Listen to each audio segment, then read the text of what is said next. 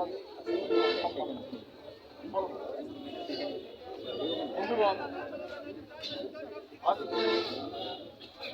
আজকের এই দিনটি বাংলাদেশের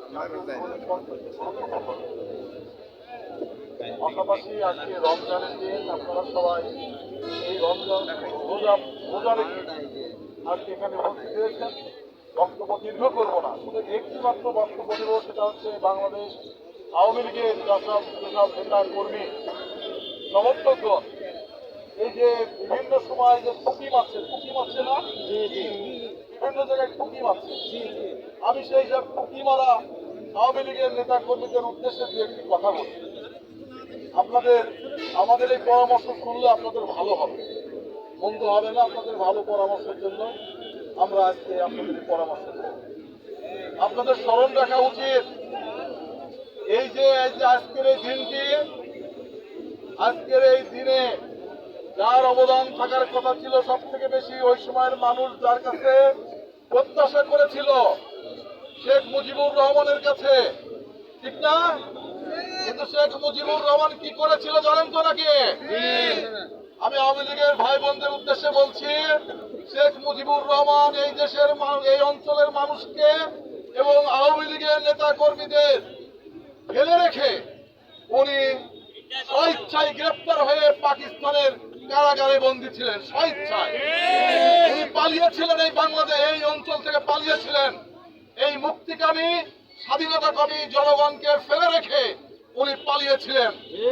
তারই মেয়ে, তারই কন্যা আমাদের সেই 2024 সালের 5 আগস্ট এই আওয়ামী লীগের নেতা কর্মী ভাই বোনদের ফেলে রেখে অনিশ্চিত ভবিষ্যৎ সামনে রেখে উনি ওনার নেতা কর্মীদের উনি দেখেন নাই, উনি দেখেছেন ওনার পরিবারের লোকজনকে, ওনার পরিবার এবং আত্মীয় স্বজনকে নিয়ে উনি পালিয়েছেন।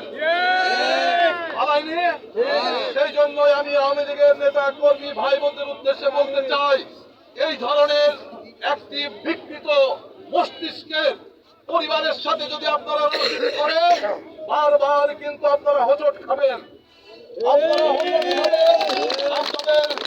আপনারা বিপন্ন হবেন। আমি আপনাদের বলতে চাই, আপনারা এই দেশের নাগরিক, আমাদের এই প্রতিবেশী, কোনো না কোনো ভাবে আপনারা আমাদের আত্মীয় স্বজনও আছেন। সেই জন্য আপনাদের উদ্দেশ্যে বলতে চাই, আপনারা বিভ্রান্ত হবেন না, আপনারা টুকি মারবেন না। টুকি মারে শেখ হাসিনার পক্ষে স্লোগান দিয়ে, মুজিবের পক্ষে স্লোগান দিয়ে আপনাদের লাভটা কি? লাভ বলেন তো আমাদের। যারা আপনাদের দেখে না, যারা আপনাদেরকে ফেলে রেখে পলায়ন করে, সেই সব নেতৃবৃন্দের প্রতি আপনারা কিভাবে শ্রদ্ধা রাখেন, কিভাবে বিশ্বাস রাখেন? তাই আমি আপনাদের প্রতি আহ্বান জানাই, আপনারা এই টুকি মারা রাজনীতি করবেন না। যদি টুকি মারা রাজনীতি করেন, তবে আপনাদের এই যে চোখ, কান, নাক, শরীরের বিভিন্ন অংশ এই বুলডোজার দিয়ে একেবারে ধূলিসাৎ হয়ে যাবে বাংলাদেশের জনগণ সেই বুলডোজার চালিয়ে দেবে। কেউ কিন্তু আপনাদের দিকে এতটুকু তাকাবে না। আপনারা যে কাজ করেছেন বাংলাদেশের মানুষকে নিয়ে, বাংলাদেশের জনগণকে নিয়ে গত 16টি বছর, সেই স্মৃতি বাংলাদেশের মানুষ এত সহজে ভুলে যাবে আপনারা ভাবলেন কি করে? যে স্মৃতি আপনারা রেখে গেছেন, যে অত্যাচারের চিহ্ন রেখে গেছেন, যে রক্তের দাগ রেখে গেছেন, যে লাশ বাংলাদেশের মানুষকে বাংলাদেশের মানুষ এত সহজে ভুলে যাবে আপনারা ভাবলেন কি করে? তাই আপনাদের প্রতি আহ্বান জানাই, আমরা যে সুযোগ করে দিয়েছি আপনাদেরকে, এই সুযোগ বিনয়ের সাথে গ্রহণ করুন। তাহলেই আপনারা বাংলাদেশে সুস্থভাবে বসবাস করতে পারবেন। এবং বাংলাদেশের মানুষ যদি ক্ষমা করে, আপনারা যদি ক্ষমা চান, যদি ক্ষমা করে, তবে আবার আপনারা রাজনীতি করার সুযোগ পাবেন। তার আগে পর্যন্ত বাংলাদেশের মানুষ যদি ক্ষমা না করে, আপনারা এই টুকিবারের রাজনীতি করবেন না। এটা আমাদের আপনাদের প্রতি আহ্বান।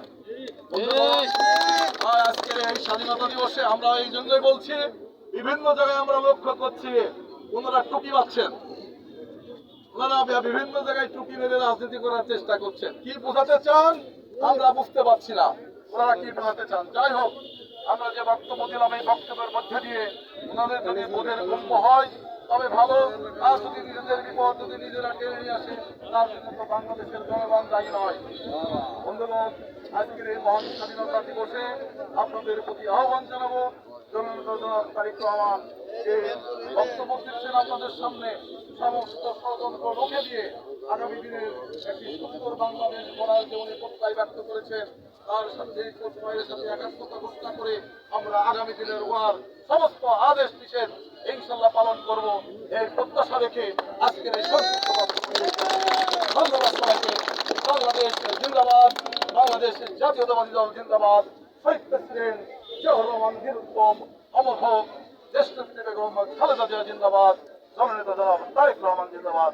ধন্যবাদ সবাই।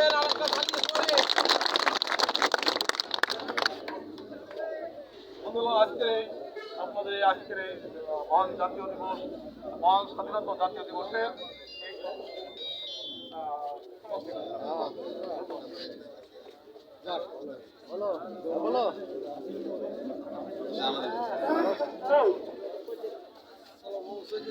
বাপ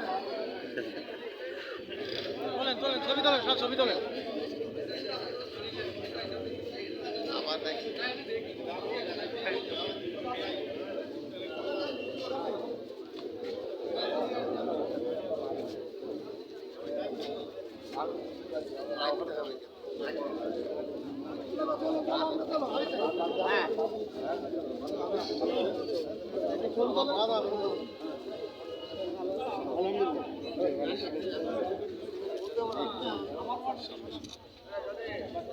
ঠিক আছে।